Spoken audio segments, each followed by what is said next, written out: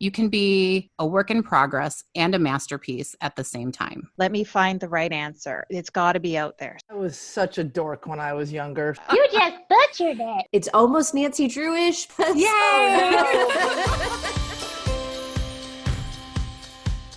Hi, I'm Laura. Hi, I'm Sarah. And I'm Kim. This is Nikki. And I'm Louise. Hi, and welcome to the Best Parts Podcast, where we invite you to pull up a chair and think about your best parts, which are all your parts.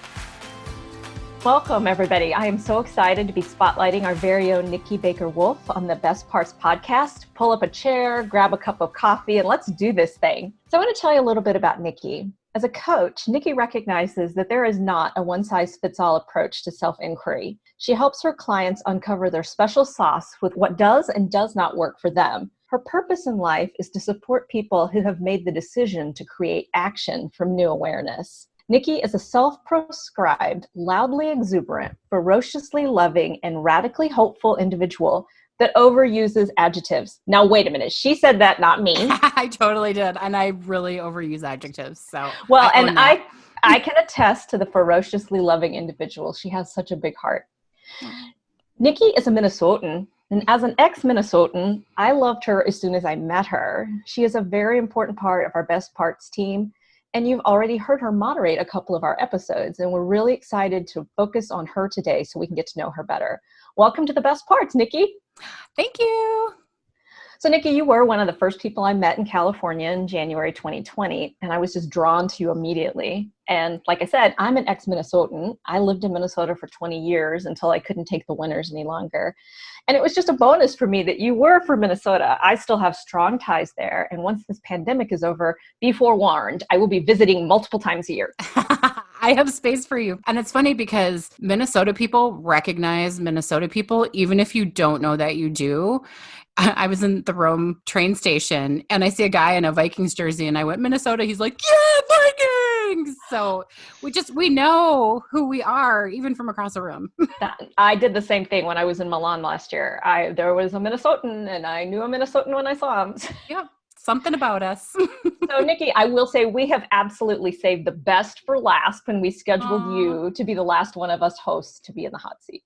Nikki and I had the opportunity to connect prior to this interview, and I found out several juicy things that I really wanted to dive into. Awesome. So one of the things you mentioned when we connected was that you had done a lot of self-work, and I was really curious about what put you onto that path of self-discovery. My whole life, I really came from a place of feeling other than and wrong. I didn't quite fit. Something just was a little bit out of sync or out of resonance with me and the rest of the world. And because of that, I got really curious about the right way to be in the world. So trying to figure out how to exist in the right way in the world really started this, not in even an official way, but just as a coping mechanism to try to fit in, which, when you're young, that's what you do. How do I fit in? Why don't people want to hang out with me? How do I make friends? How can I be like everybody else so everybody else accepts me?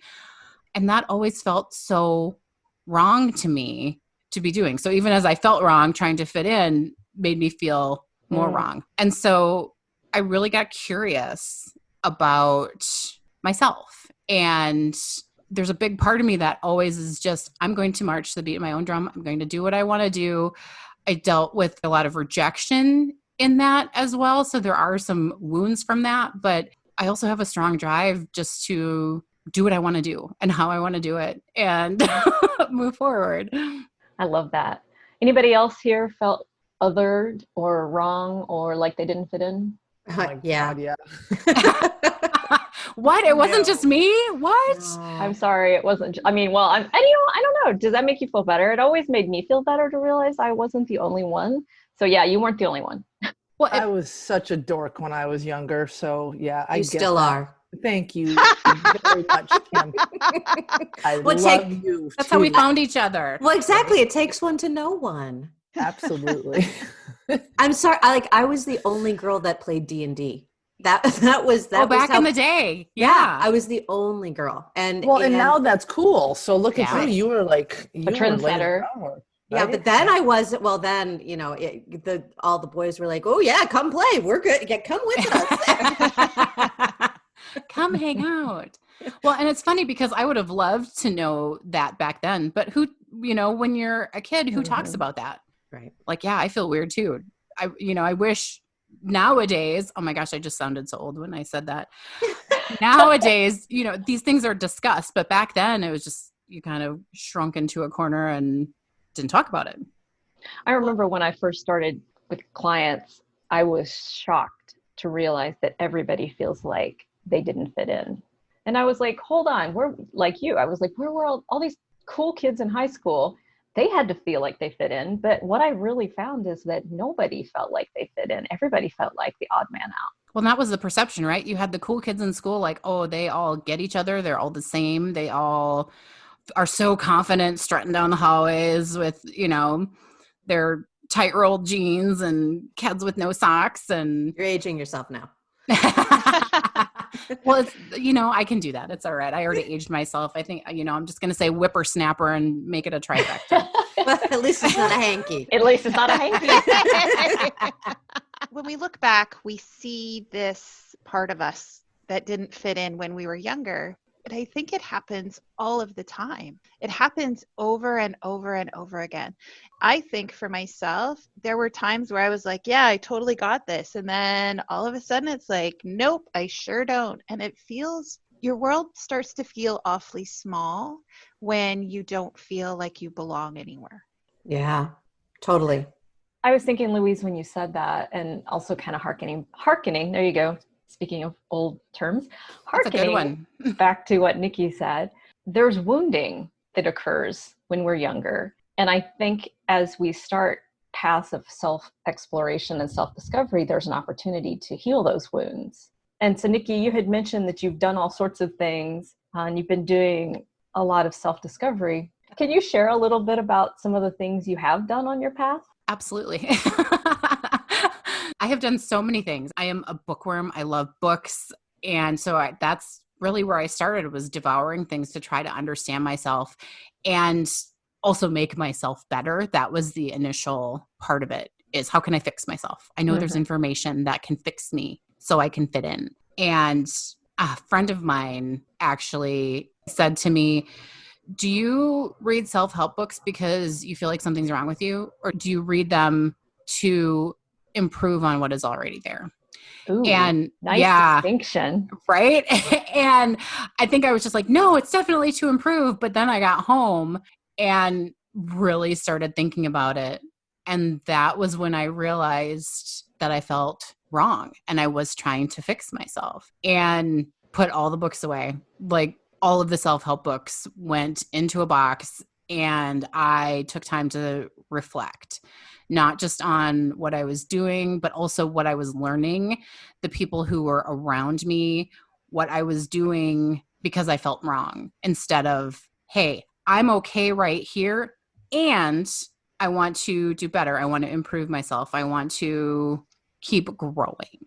So I've done energy healing. I've done classes. I've done yoga. I've done acupuncture and chiropractic and herbs, and, to support spirituality. I've studied different religions. And so I really am a seeker. Yeah. Not necessarily to find the answer, but to figure out what my answers are. Oh, I like that. I like that. I love that too, Nikki. And it sounds like it was like you were intentionally choosing to live more instead of trying to create something that you're not. It sounds like you had this shift where you, at least when I was listening to you talk, it sounded like you shifted to being more intentional about choosing your life. Would that be a fair thing to say? Yeah, to choosing my life and to understanding myself and other people. How do you feel that coaching is different than self-help? Coaching is personal. Self-help is great for information gathering, but when you want to unpack your own self, where you come from, what your stories are, what has impacted you, and how to change that in a way that works specifically for you. Coaching is a whole different experience with that. Books are great, videos are great, classes are great and amazing, and they give you information. Coaching helps you sort through that information to discover that core of truth for you personally, because you can take in all of the things, but if you're not taking in the right things for you that serve you in your life in a way that allows you to serve others from that place, you're doing a disservice to yourself, to the world, to the other people in your life. Yeah, I get a really good sense from you that, it's about uncovering what's already there as opposed to like adding in when we feel deficient on fulfillment in all areas of our life. We want to fill it up.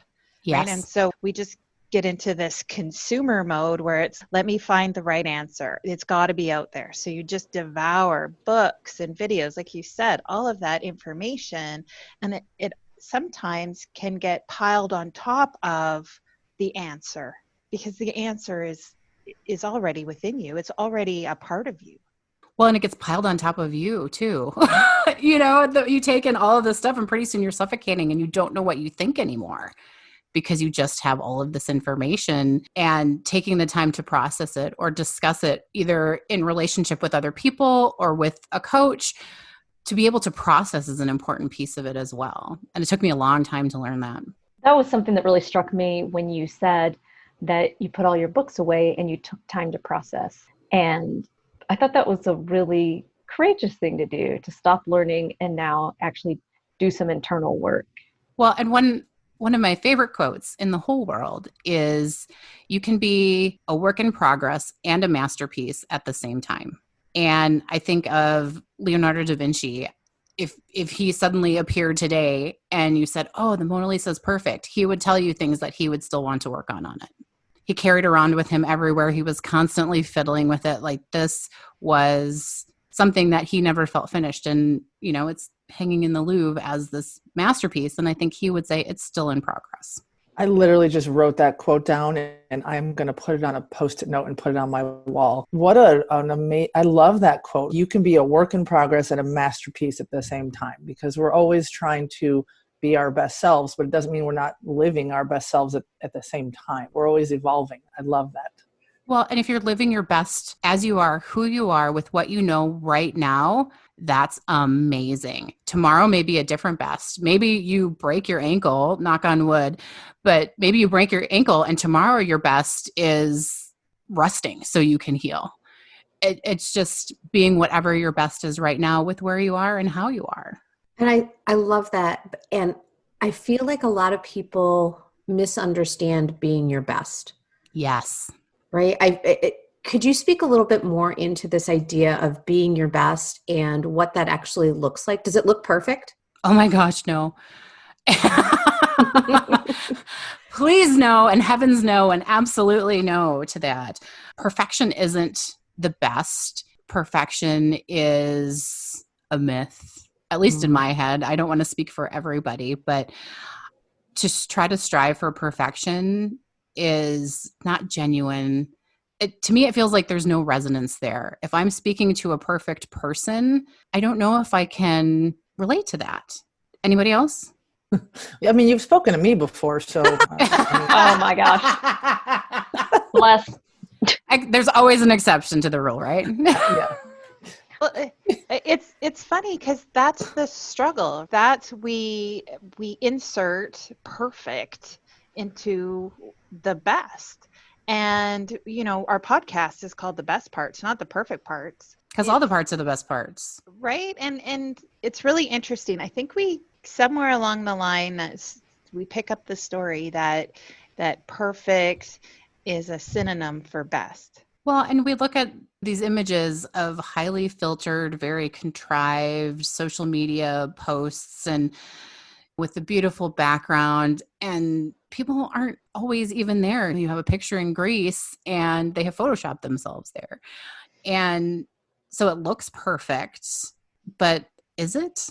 If it's not real, is it perfect. I would rather have a conversation with somebody who is really being real with me and authentic and having that lovely, deep conversation as opposed to somebody who was just telling me how great and wonderful and perfect their life was.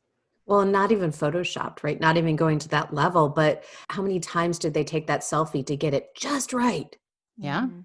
I mean, we want to present our best faces. Like if we're halfway through a blink or we sneeze in the picture. Yeah, but that's real. And those are awesome. Like those, I love seeing those too. But sometimes, sometimes you do want to put that best foot forward where you just need a picture in your red lipstick, smiling or laughing or whatever for all the world to see that you feel like is the best picture you put forward today. How that can change from day to day. Absolutely. You can choose that today I need the red lipstick or I want the red lipstick. And you can choose another day that the best way to put myself forward is to show that I'm in pain or that I'm human. And like the other night, my daughter and I had this huge, she's doing a bake sale. And so we had all of these cooking stuff all over that you can't share with us, which is not fair. It's so true. I apologize. And then we just had this huge flour fight. Like we were taking handfuls of flour and throwing it at each other. That's and amazing. Was so much fun. And so instead of just taking these perfect pictures of these beautiful muffins and cookies that she made, we actually showed the pictures of us covered in flour because that was fun. And that's perfect to me. Right. As much as I don't want to use the word perfect, but those are the places I want to go. I want to go into the flower fights. I want to be muddy and dirty. Show me mud run pictures and I will be there all day. Right. Well, it's real. And being a real human being and showing those best parts instead of trying to strive for perfection and living the best life in all of its messy goodness is what I'm hearing you say is what you're hoping for everybody. Yeah. Life is the messy bits. It's from a movie that I cannot think of right now, but somebody was talking about trying to live a perfect life and avoiding the messy bits. And this wise woman said, life is the messy bits. And that's what I love. That's what I love about life is it's crazy and chaotic and wonderful and different. And to try to make it look perfect isn't fun. It sounds stressful. So Nikki, when we talked, one of the other things we had discussed was another word that you're not a fan of that also happens to start with a P, purpose. I was wondering if you'd tell us about what your concerns are about people using the word purpose. Well, I think it's a bit of the buzzwordiness of it. Like, I found my purpose. Has anybody ever heard anybody say, yes, I have found my purpose, except Sarah, because I know she has found hers. I've totally said that actually. And I'm genuinely curious about what your thoughts are on purpose. I've also said that, Sarah. I've also said that. So I'm really curious what she's going to say as well. Nikki, light us up right now. I can't wait to hear this. What I think the challenge is people trying to figure out what their purpose is, as opposed to discovering what am I passionate about, what drives me, what lights me up, what wakes me up, what doesn't feel like work, what is the thing that allows me to serve from a place of joy. And the reason I don't like putting the word purpose on it is because it feels very singular to me, because I have a lot of passions. I have a lot of things that light me up. And as I've leaned into being a coach and done training and classes and educating myself on what it means to be a coach, I don't know if I would say coaching is my purpose, but it is a passion. It drives me. And it sounds super cheesy to say that, which I'm leaning into. But when I would think about what is my purpose? Why am I here? What am I doing? That buried me. And so to hear people, I'm trying to figure out what my purpose is. What is my purpose? Why am I here? I think it puts it outside of you. And it's out of your control. This divine being said, your purpose you were created for is this, instead of what am I excited about? What is my heart leading me towards? What is my passion? And that feels more powerful to me than purpose. I totally get it now. Because I love talking about passion versus purpose, because I don't know if I've ever actually gone down this road of what's my purpose. I've just followed what I'm passionate about. And then when I got to that place, that's where I felt like I had found my purpose. So I think maybe, and you can tell me what you think here, like there might be a difference between searching for your purpose and then realize like you've gotten to a place where you're doing what you're supposed to be doing and it just feels right. And so I like that differentiating of passion versus purpose. And that, I think, is what sticks me on purpose, is what am I supposed to do? Because what is my purpose that I'm supposed to be doing? Instead, passion is, what do I get to do? What do I want to do? What is that thing that is lighting me up to do? It's so interesting because what I'm hearing is the difference between an internal choice versus an external choice. Absolutely. Yeah, which is so important that we have that opportunity to listen to our own voices, our own internal voices, our own intuition, and understand what lights us up. And that's where the empowerment comes from. Yeah. That's, if you're constantly looking outside of yourself for what is driving you and what you're supposed to be doing, that's not that internal fire that is going to drive you. I wish I had known this a few years ago, because this would have been so helpful, because I felt like I was flailing trying to find my quote purpose. And it would have been helpful to say, okay, what lights you up? Tell me what you're passionate about. Because now one of the things I notice is there are multiple things that light me up. And I try to spend time doing all of those things, or as many of them as I can, so that I live a fuller life. Part of it, I think, is what I'm supposed to be doing, quote. But yeah, that would have been helpful to have looked at it from that direction a few years ago. People often also equate purpose with their job or their work. Passion can drive you in all your directions: creativity, volunteering, your family, also your work, but everything else in your life as well. I'm glad you mentioned work, Nikki, because I want us to time hop back to a prior episode 3. And you were talking about the various careers you've had. You said, I've always gone where I want to go.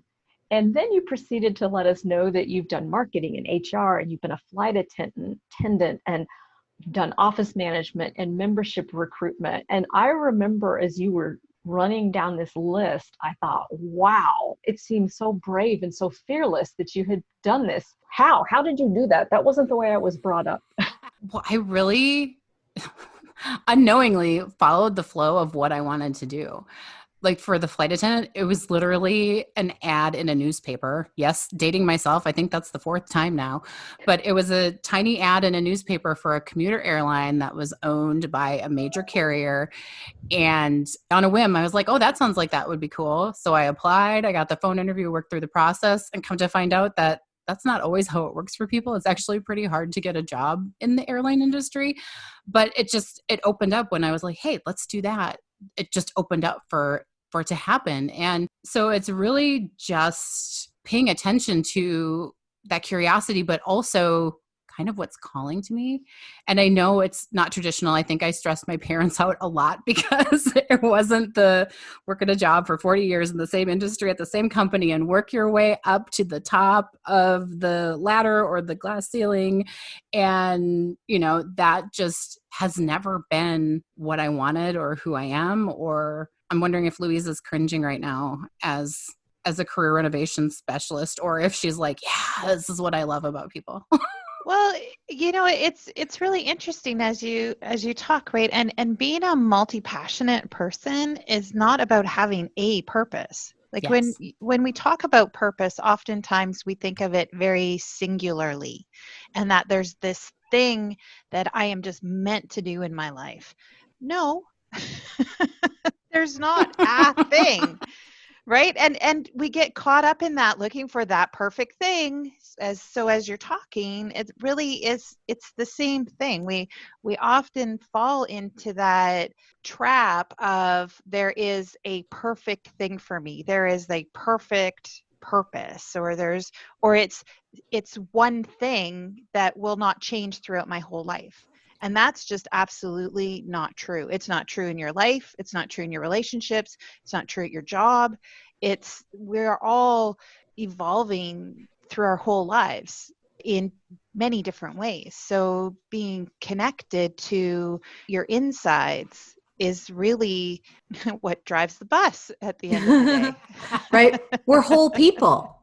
Yeah. We are each individually whole people. And here's the cool thing, and I think I mentioned it last week too, is that we get to choose how we live our lives. And I love, Nikki, that you have done so unapologetically with your life and will continue to do so. Well, and it's funny because I used to feel wrong about that.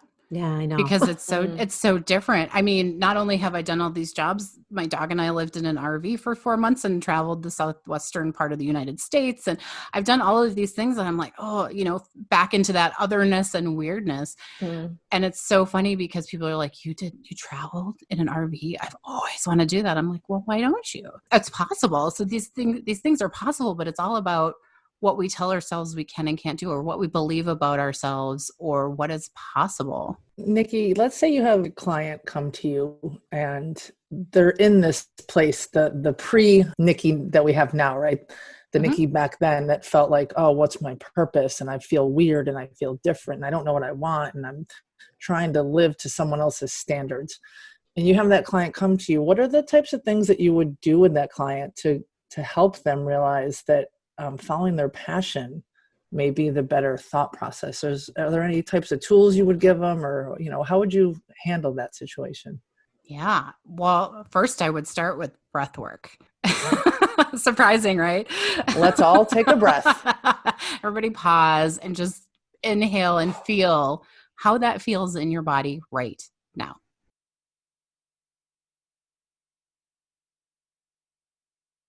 I just want to say thank you, right? Because that's that thing that we so often forget to do. So just thank you for that. Yes, you're welcome. I But don't feel as stressed. So yes, thank you for that breath. yeah, well, it brings us to right now. Breath is very much about right now. Am I inhaling? Am I pausing? Am I exhaling? The fun sciencey stuff that I love too, it engages that parasympathetic system. It brings us out of fight, flight, or freeze. It brings you to right now because breath is right now. So before we look at what happened, where we want to go, we need to be where we are now. There's so many aspects to that, but I have found the easiest and most successful way is to breathe. And part of me thinks it sounds silly to say that, but part of me is like, yes, oh my gosh, please. So that's how I start, is breath and finding where we are now. Because sometimes what we think we want is that external messaging again that we talked about. So really getting to the core of where we are now is how I like to start with people. Because then we can look at the past and what has formed that.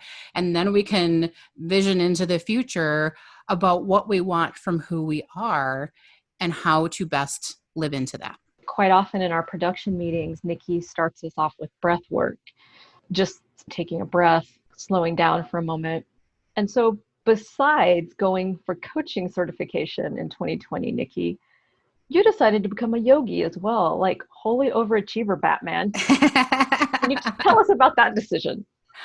Well, yoga has always been something that calls to me, but I struggled with because I would leave classes and be like, it was okay. And I would see people around me like, oh, that was the best yoga class. And I always felt like there was a piece or pieces of it missing for me that I didn't get to that, oh, yes, yay, yoga. But there was something there that kept me going. So in my quest for wisdom and understanding and curiosity and knowledge and all of those things, I was like, let's do a yoga teacher training so I can maybe discover what this piece is. I had signed up for it. And of course, COVID happened and they ended up doing it virtually, which was great. I would have loved to do it in person because it's at my favorite retreat center in the whole wide world.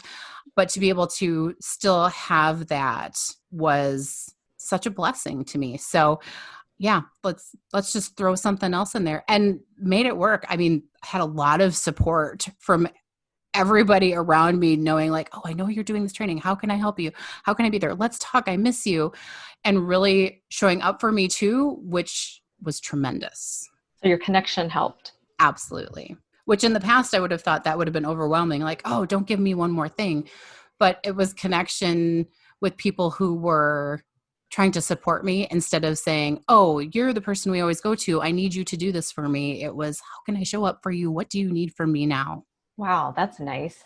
It was amazing. So you said you've done a lot of training, a lot of courses, including becoming a yogi. How does that training help you with your clients? Does it influence how you do your coaching?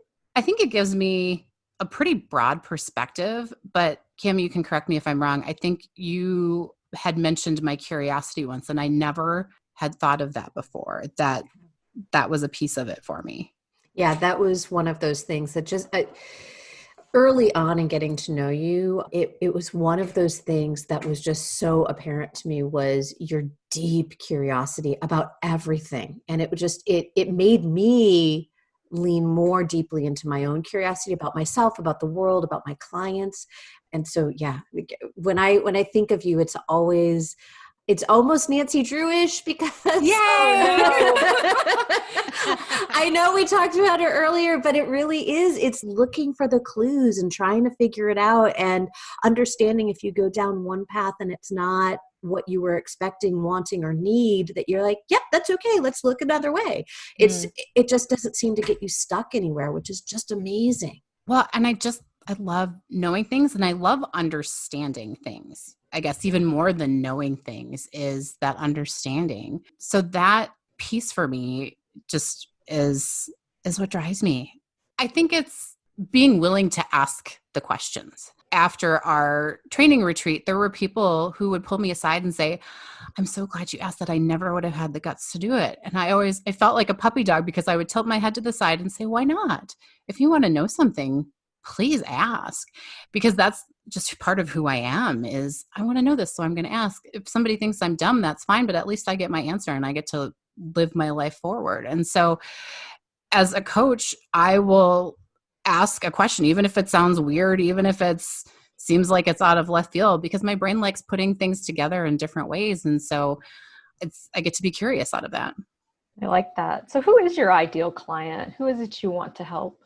The people who I love working with are mindful in their evolution. They have done work on themselves. They have investigated a lot. They probably took a similar journey to me, where they had books, they had classes, they've done all of these supportive things, and they're ready for more, but they're ready for more in a way that is going to help or change how they show up in the world outside of themselves. They have passion for serving, and maybe they're even discovering how they want to serve in the world. But when you serve, if you are not taking care of yourself, then you cannot serve from the best parts of yourself. There needs to be nourishment for you as you are supporting in that role. I love that so much, Nikki, because I, having been a college coach for so long, it was 7 or 8 years into my career that I realized I needed a coach for me. I'm coaching college athletes, who's coaching me. And I found a coach, and that was her tagline, is who coaches you? And I realized those of us that help others still need someone to help us. I think that when people who are serving others realize that, then they can serve others even better when they're getting help themselves. So I love that. Yeah, well, and there's a saying, and I'm hoping I'm not butchering it, you can't pour from an empty vessel. And so if you're giving all of yourself, how are you refilling that? How are you refilling your vessel so you can give more? Because when people are strong and healthy and in a good headspace, it's crazy how much you can give. Yeah, that makes so much sense. So Nikki, where can we find you? Where are all the places we can locate you if somebody wants to reach out and learn more about you and your coaching practice? Yeah, it's Nikki Baker Wulf, NikkiBakerWulf, in all of the places. Do you have anything coming up, anything planned that you could give us a sneak peek on? Yeah, I am working on something that hopefully will make everybody laugh with me. I'm calling it morning breath. Oh, you have that too? I know. I have it right now. It's a place you can show up without brushing your teeth, is what I'm saying. Oh, I love that. Love it. Well, I'm already here. So it's morning and I haven't brushed my teeth yet. And it's a short, mindful pause daily. For me, I do it in the morning. That's why I'm calling it morning breath, to really bring yourself and start the day from that present moment, from that breath that I love so much. It's under 5 minutes. It's not going to demand a lot of time, because we already have a lot of things demanding our time and attention. But to have a moment to pause and connect really has an impact on the rest of your day. So it's a membership thing. It's coming up, and you can go to my website to find out more information about that. That is the biggest thing. I also have some courses and groups launching later this fall. So if you want to be on the list for that, please sign up to get notified when those are going live. That's awesome. And again, we often start our production meetings with morning breath, not just Sarah. And Nikki has a beautiful way about taking us into that beautiful space. So I'm going to ask Louise to say something about that because she told me something that was really cool. Do you remember, Louise? Do you know what I'm talking about? No, what did I say? It was probably brilliant. It was brilliant. You said that when I do breath work with you, you see. Oh yeah, I do. You just You're right. I know you did say brilliant. that. yep, you said it. I did say that. That's right.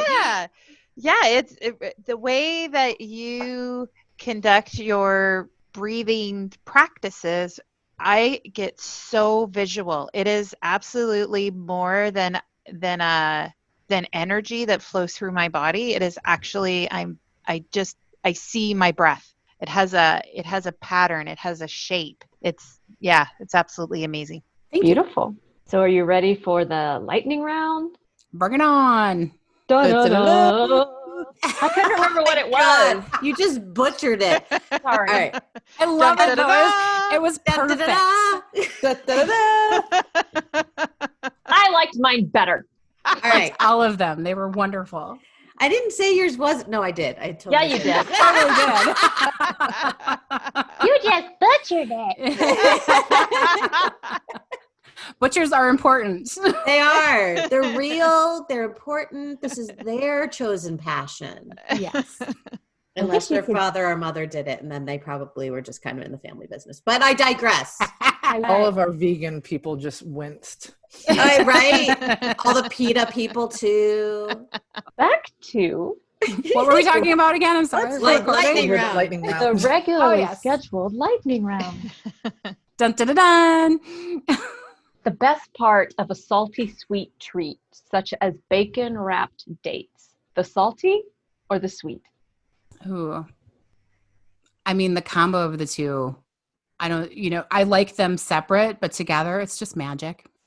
Okay, I choose bacon. me too. That was what I said. Well, Nikki, I'm with you. I want them together.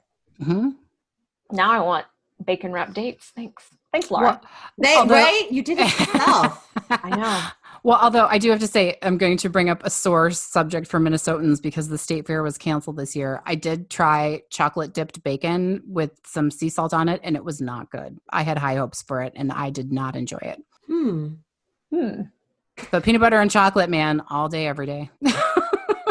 All right. The best part of waking up.